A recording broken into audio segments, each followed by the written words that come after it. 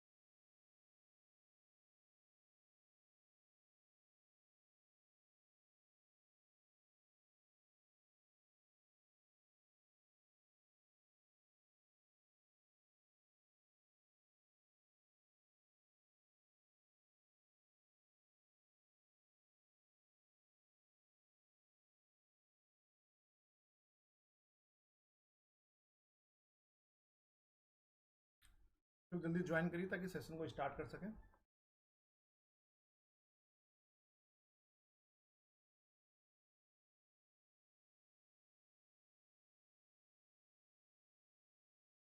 Very good evening everyone.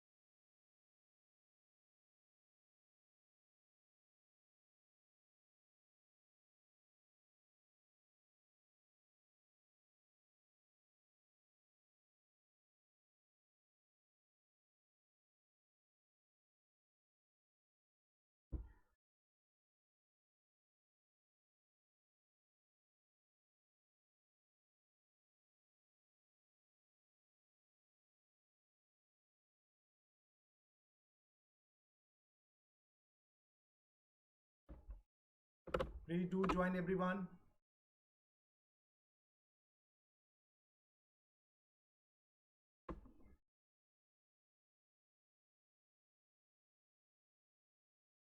चलिए, good evening to everyone. आज today's topic lecture number 10, international national versus international business.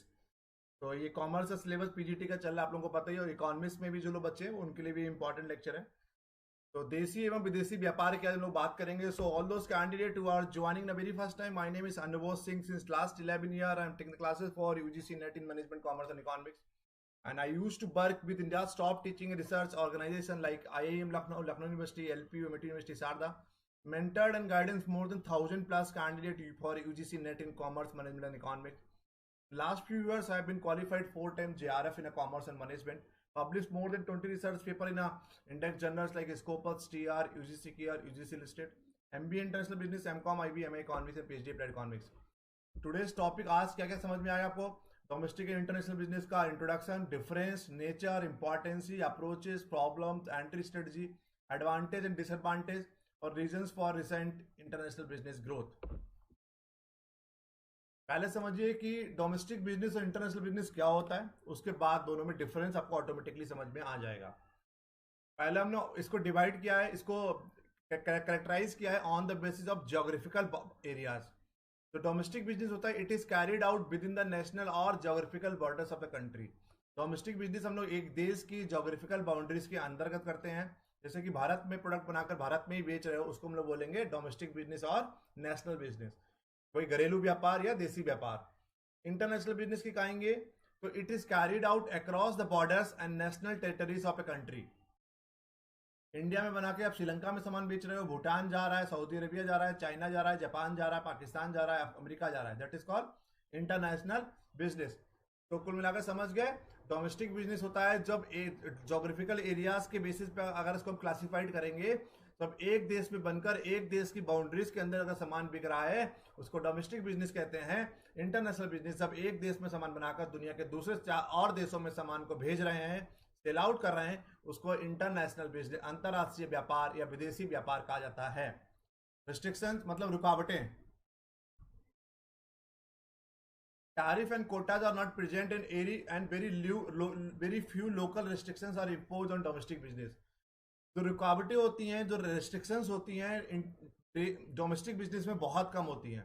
तो tariff and Kota, tariff मतलब taxes और कोटाज बहुत कम होते हैं, पहले तो नहीं होते, जो होते हैं वो भी बहुत कम रुकावटें होती हैं डोमेस्टिक बिजनेस में। भाई हम लोग अगर एक इंटरनेशनल बिजनेस की बात करते हैं तो many restrictions are impose while doing business internationally और entering a foreign market.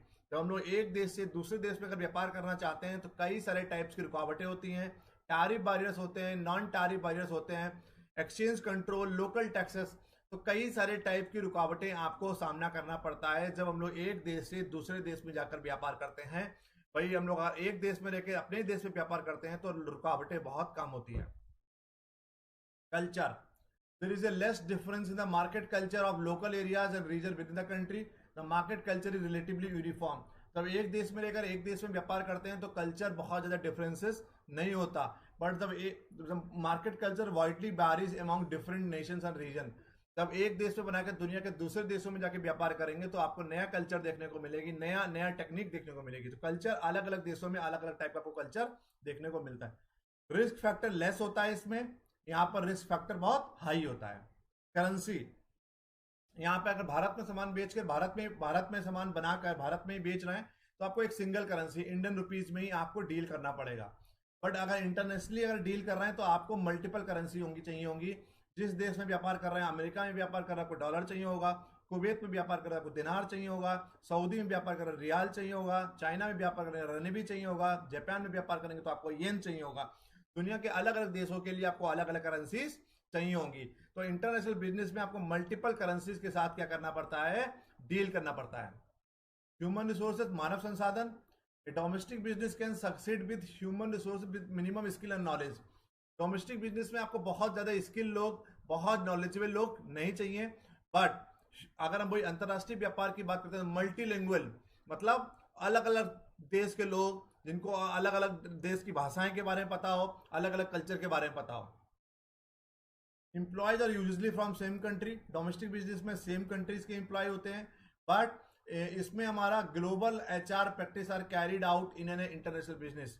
But अंतरराष्ट्रीय व्यापार में आपको क्या होता है बच्चों, आपको ग्लोबल एचआर भी चाहिए होता है। ग्लोबल मतलब दुनिया के दूसरे देश के लोग भी आपके व्यापार में नौकरी करेंगे। Promotions, domestic market and advertising strategies are use. Promotions मतलब आप अपने बिजनेस को प्रमोट कैसे करेंगे, तो डोमेस्टिकली मार्केटिंग करेंगे। अब भारत में लखनऊ में सामान बनाकर यूपी में पूरा सामान बेचना है तो आपको यूपी में मार्केटिंग करना है। But marketing and advertising strategies vary from country to country due to the language barrier. तो बट अंतरराष्ट्रीय व्यापार में आपको क्या होगा, अलग अलग टाइप की मार्केटिंग स्ट्रेटजी और एडवर्टाइजिंग स्ट्रेटजी फॉलो करनी पड़ेंगी, बिकॉज अलग अलग देश में अलग अलग लैंग्वेजेस होते हैं, अलग अलग टाइप के बैरियर्स होते हैं। उन बैरियर्स को दिमाग में रख के आपको अलग अलग मार्केटिंग स्ट्रेटजी बनानी पड़ेंगी। Pricing, same price is charge for similar product. Same product के लिए आपको सेम प्राइस, सिमिलर प्रोडक्ट के लिए आपको सेम प्राइस चार्ज करते हैं। आप भले सामान लखनऊ में लीजिए, भले दिल्ली में लीजिए, भले कलकत्ता में लीजिए, प्राइसिंग आपको सेम रहेगी। यहाँ पर price differentiation is carried out, यहाँ पर अलग अलग देशों में अलग अलग प्राइस होता है। कैपिटल इन्वॉल्वमेंट लेस होती है, यहाँ पर ह्यूज कैपिटल इन्वॉल्वमेंट, आपको पैसा बहुत ज़्यादा चाहिए अंतर्राष्ट्रीय व्यापार करने के लिए। क्वालिटी स्टैंडर्ड्स लो होते हैं, यहाँ पर क्वालिटी स्टैंडर्ड्स बहुत हाई होते हैं, बिकॉज ग्लोबल स्टैंडर्ड आपको सेट करने पड़ते हैं। Only local regulations are applicable, यहाँ पर international and host country regulations are applicable. Research, it's easy to conduct business research, यहाँ पर बहुत डिफिकल्ट होता है रिसर्च करना। अंतर्राष्ट्रीय व्यापार है बट डोमेस्टिक व्यापार में रिसर्च करना बहुत कठिन नहीं होता। कॉस्ट एडवांटेज की बात करें, don't enjoy the cost advantage. Cost advantage benefit तो आपको नहीं मिल पाएगा कि भारत में बना के सामान भारत में ही बेच रहे हो तो आपको, क्योंकि अगर लखनऊ में बना रहे हैं, दिल्ली में बना रहे हैं, मध्य प्रदेश में बना रहे हैं, क्योंकि कॉस्टिंग आपकी सेम ही आएगी, क्योंकि पूरे देश में एक ही टैक्स पड़ रहा है, जीएसटी। बट अंतरराष्ट्रीय व्यापार में आपको कॉस्ट एडवांटेज मिल सकता है, क्योंकि अलग अलग देश में अलग अलग वहां पर कॉस्टिंग होगी, रॉ मटेरियल की कॉस्टिंग अलग होगी, लेबर की कॉस्टिंग अलग होगी, टैक्सेस की कॉस्टिंग अलग होगी। तो आपको सस्ता रिसोर्स, सस्ते संसाधन भी आपको मिल सकते हैं। Environment, domestic business is only affected by the variables in a domestic environment. तो पर्यावरण क्या होता है, तो घरेलू व्यापार क्या होता है, केवल घरेलू पर्यावरण से प्रभावित होता है। But domestic, foreign and international environment factor affect N international business. But अंतरराष्ट्रीय व्यापार में आपको डोमेस्टिक इन्वायरमेंट, फॉरेन इन्वायरमेंट और इंटरनेशनल इन्वायरमेंट सभी तरीके का पर्यावरण आपके व्यापार के लिए प्रभावित करता है। Development, the level of development में भी same through out the domestic market. हो सकता है कंट्री, अगर कंट्री इंडिया की बात मत करिए, अगर छोटे छोटे देशों की बात करिए तो वहां पूरा देश एक जैसा डेवलप होता है। यहाँ पर ईच कंट्री में भी at a different level of development, अलग अलग देश में अलग अलग टाइप का डेवलपमेंट होगा। भाई चाइना अलग डेवलप है, जापान अलग है, अमेरिका अलग है, यूरोप अलग है। तो अलग अलग देश में अलग अलग आपको डेवलपमेंट लेवल देखने को मिल सकता है। तो बताइए, डोमेस्टिक और इंटरनेशनल बिजनेस में आपको समझ में आ गया? बहुत सारे अंतर हमने आपको बताए, बहुत सारे डिफरेंसेस बताए आपको। 3, 9, 13, 15 टाइप के हमने आपको डिफरेंसेस बताए। कोई डाउट हो तो बताइए।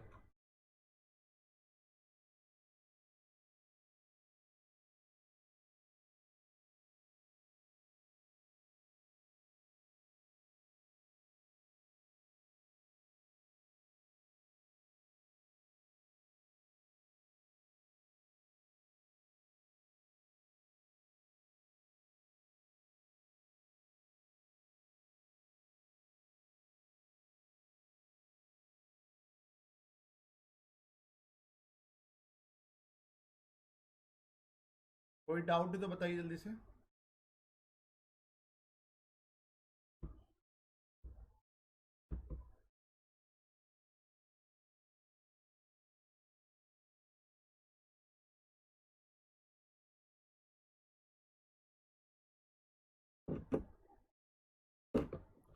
आगे बढ़ते हैं। व्हाट इज इंटरनेशनल बिजनेस, अंतरराष्ट्रीय व्यापार क्या होता है और समझ लीजिए।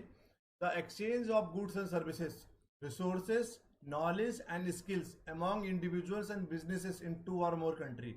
जब दो या दो से ज्यादा देश आपस में गुड्स एंड सर्विसेज का एक्सचेंज करते हैं, संसाधनों का चेंज करते हैं, नॉलेज का चेंज करते हैं, स्किल्स का चेंज करते हैं अमॉन्ग इंडिविजुअल्स एंड बिजनेसेस, उसको हम लोग अंतरराष्ट्रीय व्यापार कहते हैं। जब दो से ज्यादा देश आपस में मिलकर गुड्स एंड सर्विस का एक्सचेंज करें, रिसोर्सेज का एक्सचेंज करें, नॉलेजेस का एक्सचेंज करें, उसको हम लोग इंटरनेशनल बिजनेस कह सकते हैं।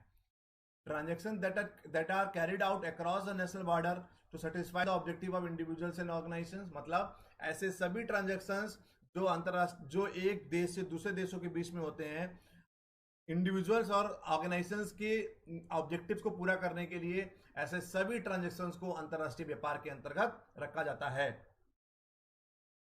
All commercial transaction that take place between 2 और मोर कंट्रीज, प्राइवेट भी हो सकते हैं, गवर्नमेंट भी हो सकते हैं, सेल्स भी करते हैं हम लोग, इन्वेस्टमेंट भी करते हैं।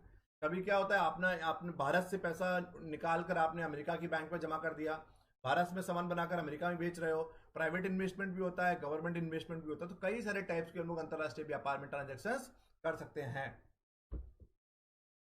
नेचर क्या होता है, एक्यूरेट इन्फॉर्मेशन एंड टाइमली। आपको जब अंतरराष्ट्रीय व्यापार हम लोग करेंगे तो आपको एक्यूरेट इन्फॉर्मेशन चाहिए होगी मार्केट की।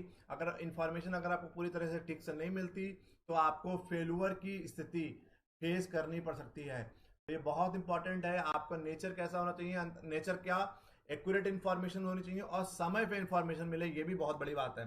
Accurate information and timely information should be there. Size of the international business is very large, बहुत लार्ज साइज होता है। मार्केट सेगमेंटेशन, मार्केट सेगमेंटेशन क्या होता है, मार्केट सेगमेंटेशन होता है dividing the market on the basis of common characteristics of the market. जब हम लोग पूरी मार्केट को कुछ कॉमन कैरेक्टरिस्टिक्स के बेसिस पे छोटे छोटे टुकड़ों में डिवाइड कर देते हैं, उसको बोलते हैं market segmentation. On the basis of colour, on the basis of gender, on the basis of income, on the basis of education. हम लोग किसी के बेसिस पर भी जब मार्केट को डिवाइड करते हैं छोटे छोटे टुकड़ों में, उसको बोलते हैं मार्केट सेगमेंटेशन। जब हम लोग अंतरराष्ट्रीय व्यापार करेंगे तो हम लोगों को मार्केट सेगमेंटेशन करना पड़ सकता है, अदरवाइज आपका मार्केट में फेलुअर की स्थिति आपको फेस करनी पड़ सकती है। International market have more potential than the domestic market. ये तो सिंपल सी बात है, जब दायरा बड़ा होगा, कस्टमर ज्यादा होंगे, मार्केट बड़ी होगी, तो पोटेंशियल भी ज्यादा होगा। तो अंतरराष्ट्रीय बाजार में ज्यादा पोटेंशियल होता है डोमेस्टिक मार्केट से। ठीक है। स्कोप, अंतरराष्ट्रीय international marketing, international finance and investment, foreign exchange and global HR. तो क्षेत्र क्या होता है, किन किन क्षेत्रों में आप अंतरराष्ट्रीय व्यापार कर सकते हैं। इंटरनेशनल मार्केटिंग कर सकते हैं आप, अंतरराष्ट्रीय वित्त और अंतरराष्ट्रीय निवेश कर सकते हैं। फॉरेन एक्सचेंज मतलब आप विदेश, वही विदेश, फॉरेन मतलब विदेश, विदेशी विनिमय। ग्लोबल एचआर, तो आप कई सारे क्षेत्रों में आप क्या कर सकते हैं, इसका इंटरनेशनल ट्रांजेक्शन्स, इंटरनेशनल बिजनेस कर सकते हैं। फीचर्स, लार्ज स्केल ऑपरेशंस होता है, क्योंकि कहीं ना कहीं जब मार्केट बढ़ेगी, जब मार्केट का दायरा बढ़ेगा, तो ऑटोमेटिकली क्या होगा, लार्ज स्केल ऑपरेशंस होते हैं।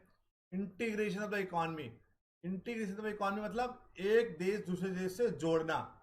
इंटीग्रेशन ऑफ द इकोनॉमी को क्या कहते हैं, जब हम लोग एक देश को दूसरे देश से जोड़ते हैं, उसको बोलते हैं इंटीग्रेशन ऑफ द इकोनॉमी।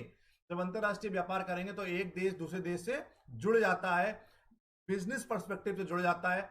तो whenever they are requiring any changes, जब भी उन्हें कोई ऐसा बदलाव चाहते हैं, तो कहीं ना कहीं इंटीग्रेशन ऑफ द इकोनॉमी आपका हो जाता है।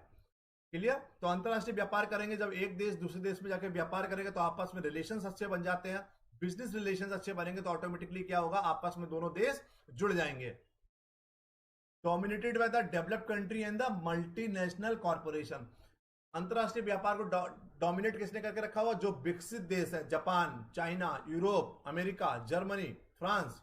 जो डेवलप्ड देश हैं, उन्होंने क्या कर रखा है, इसको डोमिनेट करके रखा हुआ है। क्या करके रखा हुआ है, डोमिनेट करके रखा हुआ है। एमएनसी मतलब मल्टीनेशनल कॉर्पोरेशन, बहुराष्ट्रीय कंपनी होती है, उन्होंने इसको, और बड़ी बड़ी डेवलप्ड कंट्रीज, बड़ी बड़ी डेवलप्ड कंट्री मतलब विकसित देशों ने इसको क्या कर रखा है, डोमिनेट करके रखा हुआ है।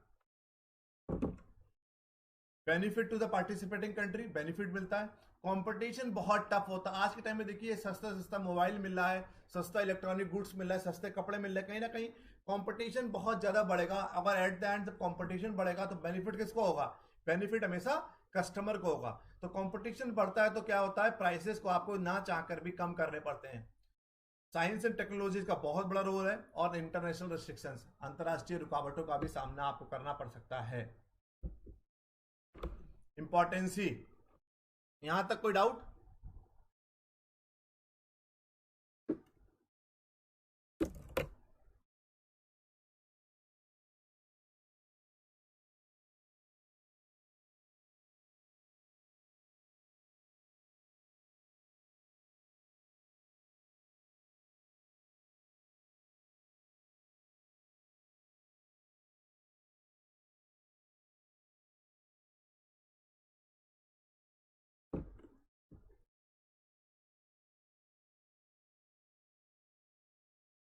इंपॉर्टेंसी, foreign earn the foreign exchange, विदेशी मुद्रा आप अर्न कर सकते हैं, विदेशी मुद्रा अर्न कर सकते हैं।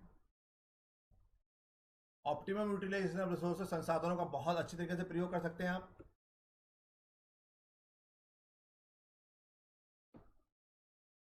आगे, अचीव इट्स ऑब्जेक्टिव, आप अपनी कंपनी के, अपने बिजनेस के, अपने ऑब्जेक्टिव को, उद्देश्य को पूरा कर सकते हैं। To spread the business risk, business risk को फैला सकते हैं। जब एक देश में ज्यादा रिस्क लग रहा है, अगर एक ही देश में व्यापार करेंगे तो रिस्क आपका बहुत बढ़ जाएगा। तो उससे बढ़िया ये कि 2, 4, 5, 10 देशों में एक साथ व्यापार करेंगे, तो अपने बिजनेस रिस्क को स्प्रेड, फैला सकते हैं। Improve the organisational efficiency, organisation की प्रभावशीलता को बढ़ा सकते हैं। Get benefit from the government, सरकार अगर कोई सब्सिडी दे रही है, सरकार किसी तरीके की अंतर्राष्ट्रीय व्यापार करने में मदद कर रही है, तो उन सब मदद का, उन सब बेनिफिट, सब्सिडीज का, उन सब बेनिफिट आप सरकार के ले सकते हैं। एक्सपेंड एंड डाइवर्सिटी, व्यापार का फैला सकते हैं, डाइवर्सिफाई कर सकते हैं आप। पहले मान लो कपड़े के व्यापार में, तब खाने के व्यापार में आ सकते हैं। पहले इलेक्ट्रॉनिक में थे, अब आप मान लीजिए एफएमसीजी में आ गए। इंक्रीज द कॉम्पिटेटिव कैपेसिटी, तो ऑटोमेटिकली कॉम्पिटेटिव कैपेसिटी, प्रतिस्पर्धा आपकी बढ़ जाएगी। अब आया approaches of international business. 4 approaches होती हैं, ethnocentric, polycentric, regiocentric, geocentric. Most important है ये। तो 4 टाइप की, आपको जब अंतरराष्ट्रीय व्यापार करते हैं तो आप कौन से 4 टाइप की अप्रोचेस फॉलो करते हैं। कभी आप एथनोसेंट्रिक फॉलो कर सकते हैं, कुछ कंपनियां पॉलीसेंट्रिक भी फॉलो कर रही हैं, कुछ लोग रेजियोसेंट्रिक फॉलो करते हैं, कुछ लोग जियो सेंट्रिक फॉलो करते हैं। अब देखिए एथेनोसेंट्रिक क्या होता है, don't adopt their product to the needs and want if other of other country where they have operations. अभी चारों बताएंगे आपको अलग अलग। Geocentric, the main idea is to target global consumers who have similar taste. Polycentric, equal importance to the every country domestic market. Regiocentric, economic culture और political similarities among regions. अब देखिए एक एक करके बताएंगे। एथेनोसेंट्रिक क्या होता है, जब अगर आप एथेनोसेंट्रिक अप्रोच के साथ अगर व्यापार कर रहे हैं, अगर व्यापार आप एथेनोसेंट्रिक अप्रोच के साथ कर रहे हैं तो उसमें क्या करेंगे, आप अपने देश की स्ट्रेटजी को फॉलो करेंगे। मान लीजिए आप इंडिया की कंपनी है, आप जा रहे हैं अमेरिका, सपोज दैट, तो under this approach target market is own country, excessive production will export due to change in customer taste and preference. तो एथेनोसेंट्रिक में टारगेट मार्केट आपकी अपनी कंपनी होती है, अपने देश होता है। हम लोग एक्सेसिव प्रोडक्शन अगर ज्यादा हो गया वो हम लोग दूसरे देश में एक्सपोर्ट कर देते हैं। तो एथेनोसेंट्रिक में आप क्या करोगे, जो कानून होंगे वो आप अपने देश के चलाओगे, आप प्रोडक्ट को चेंज नहीं करोगे। सेम प्रोडक्ट आप जिस देश में प्रोडक्ट बेचने जा रहे हो उस देश में भी आप सेम प्रोडक्ट बनाएंगे, समझ गए। तो एथेनोसेंट्रिक में जो आपके देश में प्रोडक्ट बिक रहा है वही आप विदेश में जाकर उस देश में जाकर बेच रहे हो जिस देश में आप बेचना चाहते हो।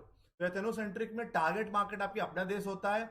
अगर प्रोडक्शन आपका एक्सेसिव हो गया, ज्यादा प्रोडक्शन हो गया, ज्यादा उत्पादन हो गया, जो बचा वो ज्यादा उत्पादन होगा उसको हम लोग एक्सपोर्ट कर देंगे। तो सेम प्रोडक्ट एंड सर्विसेज हम लोग अंतरराष्ट्रीय बाजार में भी, अंतरराष्ट्रीय मार्केट में भी बेचते हैं एथेनोसेंट्रिक में। भाई पॉलीसेंट्रिक में क्या करते हैं, under this approach the company customise the marketing mix to the meet the taste performance and need of the customers of each international market. तो पॉलीसेंट्रिक में करते हैं जिस देश में जाके जिस देश में आप टारगेट कर रहे हो, जिस भी देश को टारगेट कर रहे हो उस देश के अकॉर्डिंगली हम लोग प्रोडक्ट को बनाएंगे, उस वहां के कस्टमर का टेस्ट को पहचानेंगे, परफॉर्मेंस को पहचानेंगे, ताकि कस्टमर्स की नीड को सेटिस्फाई कर सके हम लोग, समझ गए। तो पॉलीसेंट्रिक में एक देश टू देश, जिस देश में जाएंगे उस देश के अनुसार प्रोडक्ट बनाएंगे। जैसे मार्केट अगर भारत में आ रहा है, अमेरिकन कंपनी भारत में आ रही है तो भारत के अनुसार प्रोडक्ट बना रही है, चाइना में जा रही है चाइना के अनुसार बना रही है, सऊदी अरेबिया जा रही है सऊदी अरेबिया के अनुसार, जापान जा रही है जापान के अनुसार। तो पॉलीसेंट्रिक में, एथेनोसेंट्रिक में क्या था, प्रोडक्ट जैसा अपना बनाया है भाई दूसरे देश में बेच रहे हो, बट पॉलीसेंट्रिक में कस्टमाइज प्रोडक्ट बनाएंगे। कस्टमाइज मतलब देश के अनुसार, जिस देश में आप जा रहे हो, जिस देश में व्यापार करना चाह रहे हो उस देश की नीड के अनुसार, उस देश के जरूरतों के अनुसार, उस देश की प्रेफरेंसेस के अनुसार, उस देश की आपके टेस्ट के अनुसार, परफॉर्मेंस के अनुसार हम लोग देश को टारगेट करेंगे, वहां की मार्केट को एनालाइज करेंगे, उसी के अनुसार प्रोडक्ट बनाएंगे, उसको बोलते हैं पॉलीसेंट्रिक अप्रोच। फिर हुआ रेजियोसेंट्रिक। रेजियोसेंट्रिक होता है under this approach the company operating successfully in a foreign market things of exporting other neighbouring countries of the host country. Regiocentric मतलब पूरे एक रीजन में, एशिया के लिए एक प्रोडक्ट, यूरोप के लिए अलग, अमेरिका के लिए अलग, अफ्रीका के लिए अलग। तो रेजियोसेंट्रिक में होता है रीजन, क्षेत्र। पॉलीसेंट्रिक में देश टू देश, कंट्री टू कंट्री। यहां पर जैसे एशिया में चाइना भी है, जापान भी है, श्रीलंका भी है, पाकिस्तान भी है, नेपाल भी है, भूटान भी है, इंडिया भी है। तो अमेरिकन कंपनी कोई प्रोडक्ट बना रही तो एक रीजन के लिए एक प्रोडक्ट बनाया। तो रेजियोसेंट्रिक में एक क्षेत्र के अनुसार एक जैसा प्रोडक्ट बनाएंगे। तो under this approach the company operating successfully in a foreign country things of exporting their neighbour countries of the host country. ठीक है, तो कुल समझ गए। तो यहां पर हम लोग एक क्षेत्र को टारगेट करते हैं, एक स्पेसिफिक क्षेत्र को टारगेट करेंगे और पूरे स्पेसिफिक क्षेत्र में एक जैसा प्रोडक्ट बनाएंगे। चाइना में सामान बना रहा है, चाइना से हमने जापान भेज दिया, जापान से श्रीलंका भेज दिया, श्रीलंका से पाकिस्तान, पाकिस्तान से नेपाल, नेपाल से भूटान। तो एशिया में पूरी एशिया के लिए एक प्रोडक्ट, अफ्रीका के लिए एक प्रोडक्ट, साउथ अमेरिका के लिए अलग, नॉर्थ अमेरिका के लिए अलग। तो रीजन के हिसाब से प्रोडक्ट बनाते हैं, उसको बोलते हैं रीजियोसेंट्रिक। फिर आया geocentric. Under this approach the company analyse the taste, preference and need of the customer. इस अप्रोच के अंतर्गत क्या करते हैं, कंपनी कस्टमर के टेस्ट को एनालाइज करती है, प्रेफरेंस को एनालाइज करती है in all foreign market and then adopt a standardised product mix for all the foreign market. इसमें one fit one product for all, मतलब पूरी दुनिया के लिए एक प्रोडक्ट। आपने नाइकी का नाम सुना होगा, प्यूमा का नाम सुना होगा, एडिडास का नाम सुना होगा, ये सब कंपनियां क्या करती हैं, one size fit it all, one size fit it all, एक जैसा प्रोडक्ट पूरी दुनिया में बना रहे हैं, ग्लोबल प्रोडक्ट बना रहे हैं, जिसको बोलते हैं हम लोग ग्लोबल प्रोडक्ट। आप मार्केट को एनालाइज किया आपने, सभी पूरे जिन जिन देशों में प्रोडक्ट बेचना चाहते हो उन पूरे देशों की मार्केटिंग मिक्स, मतलब product, price, place, promotions. Marketing mix मतलब product, price, place, promotion. Product क्या होगा आपका, प्राइस क्या होगा, प्लेस क्या होगा, प्रमोशंस क्या करेंगे, कैसे करेंगे। तो जियो सेंट्रिक में हम लोग करते हैं वन प्रोडक्ट फॉर ऑल। आप सभी देशों को, मार्केट को एनालाइज करेंगे, टेस्ट को एनालाइज करेंगे, प्रेफरेंस को एनालाइज करेंगे, उनकी जरूरतों को एनालाइज करेंगे, उसके बाद एक ग्लोबल स्टैंडर्ड प्रोडक्ट बनाएंगे जो दुनिया के सारे देशों में बिकेगा। नाइकी इसका एग्जाम्पल है, प्यूमा इसका एग्जाम्पल है, एडिडास इसका एग्जाम्पल है। आपने देखा होगा ऐसे कपड़े भी आते हैं, जूते भी आते हैं, शूज भी आते हैं। इसको बोलते हैं हम लोग जियो सेंट्रिक। तो चारों एक बार समझ लीजिए। एथनोसेंट्रिक में आपने अपने देश पे ज्यादा टारगेट करते हो, अपने देश में प्रोडक्ट बनाकर दूसरे देश में वही सेम प्रोडक्ट आप क्या कर रहे हो, एक्सपोर्ट कर दे रहे हो। जियो सेंट्रिक, पॉलीसेंट्रिक में प्रोडक्ट कस्टमाइज कर रहे हो, कंट्री टू कंट्री के लिए अलग प्रोडक्ट बना रहे हो। रेजियो सेंट्रिक एक स्पेसिफिक क्षेत्र के लिए, ऐसे क्षेत्र जिनकी इकोनॉमिक एक्टिविटी सेम है, कल्चर ऑलमोस्ट सेम है, पॉलिटिकल ऑलमोस्ट सेम है, तो एक स्पेसिफिक रीजन के लिए प्रोडक्ट बना रहे हो, एशिया के लिए अलग, अमेरिका के लिए अलग, यूरोप के लिए अलग, उसको रेजियो सेंट्रिक बोलते हैं। Geocentric one product for all, एक जैसा प्रोडक्ट पूरी दुनिया के लिए बना रहे हो, उसको बोलते हैं जियो सेंट्रिक। ठीक, डाउट कोई बताइए, कोई डाउट इनमें।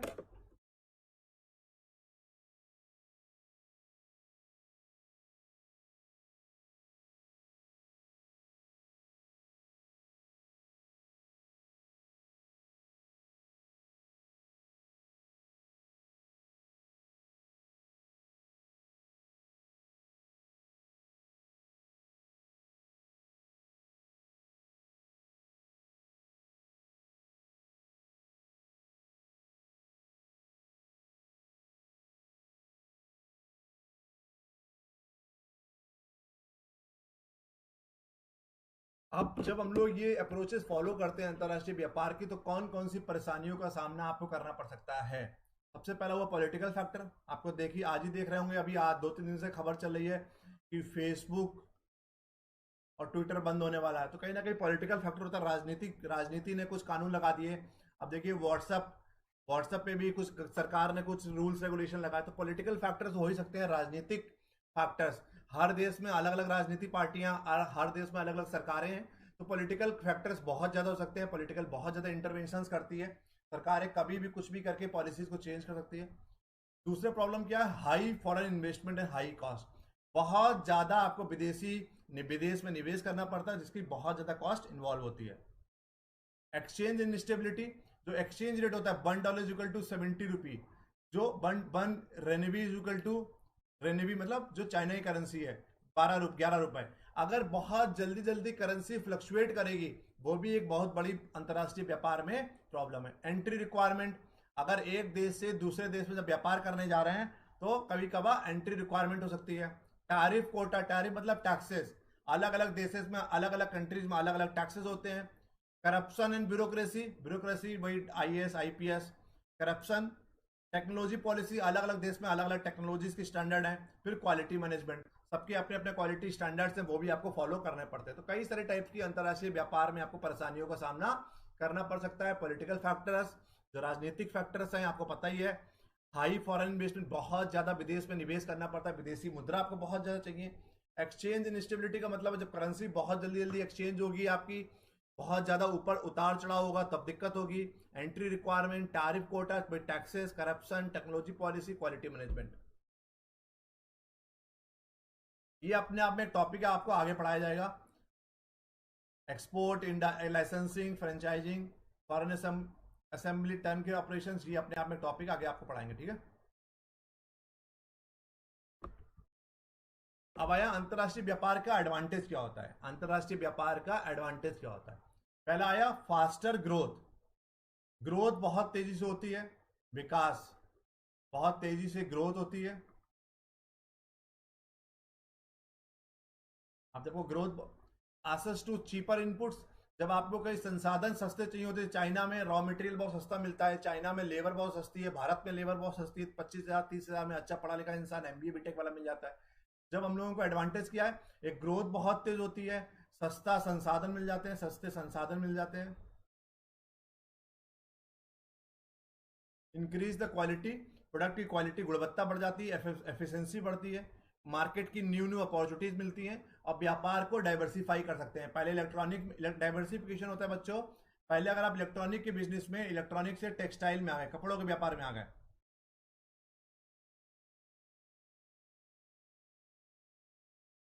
एंट्री रिक्वायरमेंट बच्चा होता है कि दुनिया के हर देश में व्यापार करने के लिए अलग अलग रूल्स रेगुलेशंस होते हैं, अलग अलग पॉलिसीज होती हैं। वो भी एक बहुत बड़ी प्रॉब्लमेटिक है कि कौन कौन से डॉक्यूमेंट्स आपको पूरे करने पड़ेंगे, कौन कौन सी रेस्ट्रिक्शंस होती हैं। तो हर देश के लिए अलग अलग एंट्री रिक्वायरमेंट्स होती हैं। आप कहीं किसी देश, वीजा की फॉर्मेलिटीज हो गई, हमारी टैक्सेस की फॉर्मेलिटीज हो गई, उन सबको बोलते हैं एंट्री रिक्वायरमेंट। तो एडवांटेज क्या होते हैं, ग्रोथ फास्टर होगी, ग्रोथ बहुत तेज होगी आपकी, आपके बिजनेस की, आपको सस्ते संसाधन मिल सकते हैं, प्रोडक्ट की क्वालिटी इंप्रूव हो सकती है, एफिशिएंसी इंप्रूव होगी, मार्केट अपॉर्चुनिटीज आपको नई नई मिलेंगी, व्यापार डाइवर्सिफिकेशन कर सकते हैं आपको अपने व्यापार का। पहले इलेक्ट्रॉनिक में थे, टेक्सटाइल में आ गए, कपड़े से खाने के व्यापार में आ गए, खाने के व्यापार से हवाई जहाज के एयरलाइंस के व्यापार में आ गए। तो किसी भी एक एक बिजनेस से, एग्जिस्टिंग बिजनेस से सब दूसरे व्यापार में जाते हैं, जो पुराने व्यापार से बिल्कुल रिलेटेड नहीं होता, उसको बोलते हैं डाइवर्सिफिकेशन, बिजनेस को डाइवर्सिफाई करना।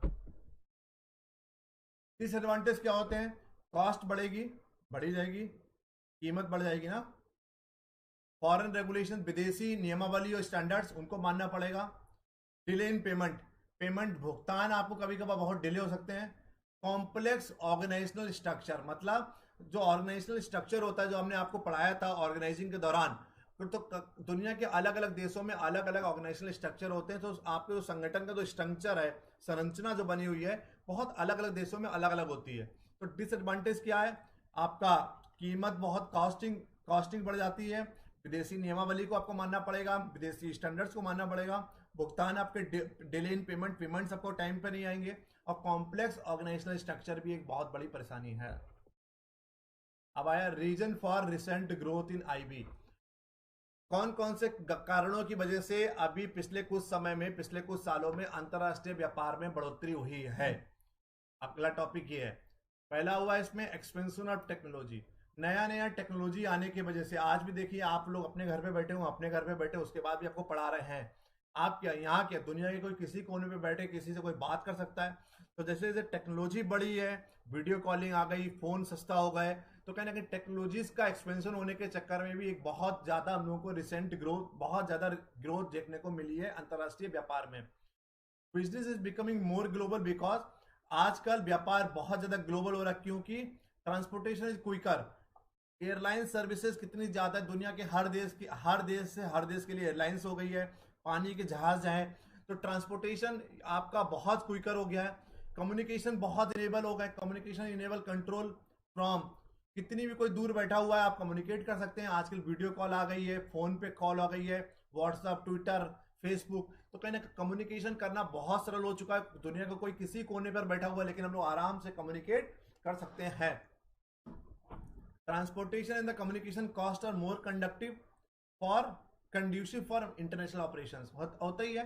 जब हम लोग अंतरराष्ट्रीय व्यापार जब करते हैं तो ट्रांसपोर्टेशन और कम्युनिकेशन कॉस्ट बहुत ज्यादा रोल प्ले करती है। बट आज के टाइम में ट्रांसपोर्टेशन कॉस्ट भी बहुत कम हो गई है, कम्युनिकेशन कॉस्ट तो ऑलमोस्ट फ्री हो गई है। आपके पास एक अच्छा इंटरनेट का कनेक्शन, आप कहीं पर बैठ के किसी से भी बात कर सकते हो। दूसरा हुआ liberalisation of the cross border movement. Liberalisation मतलब होता है कि आप चीजों को लिबरल करना, चीजों को आसान करना। आज के टाइम में कहीं ना कहीं चीजों को आसान कर दिया गया है। क्रॉस बॉर्डर मूवमेंट, एक देश से दूसरे देश में जब अंतरराष्ट्रीय व्यापार करते हैं उसको बोलते हैं हम लोग क्रॉस बॉर्डर मूवमेंट।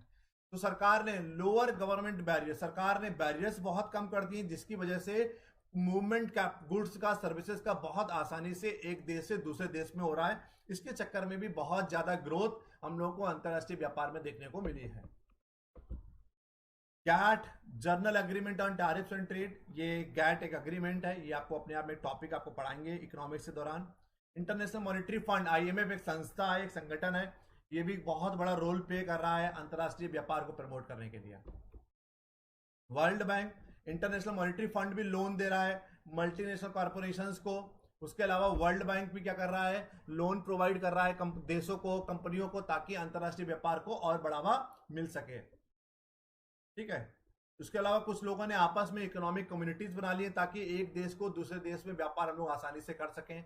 WTO हो गया, यूरोपियन कम्युनिटी, ये आपको पढ़ना नहीं है। नाफ्टा है, आफ्टा है। तो कई जब दो या दो से ज्यादा देश आपस में मिलकर एक समूह बना लेते हैं, उसको बोलते हैं हम लोग इकोनॉमिक कम्युनिटीज। आपने सुना होगा सार्क, चार कंट्रीज हो गई, एशियान हो गई।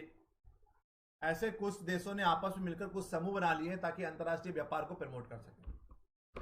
This is all about today's lecture. कोई डाउट हो तो बताइए।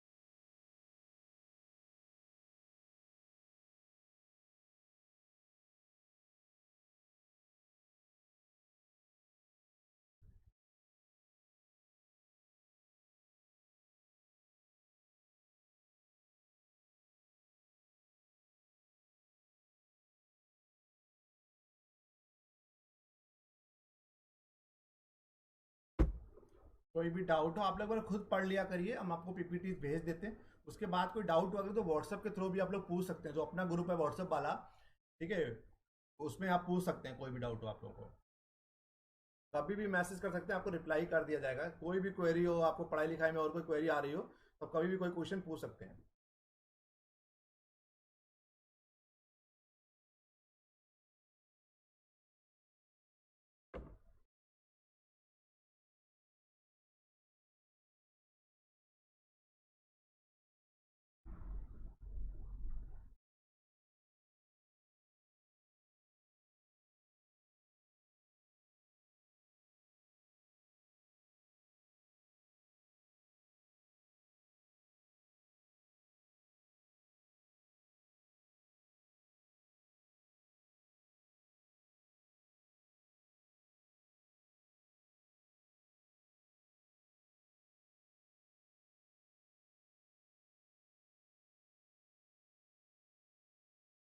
चलो, once again thank you so much for joining बच्चों, टेक केयर।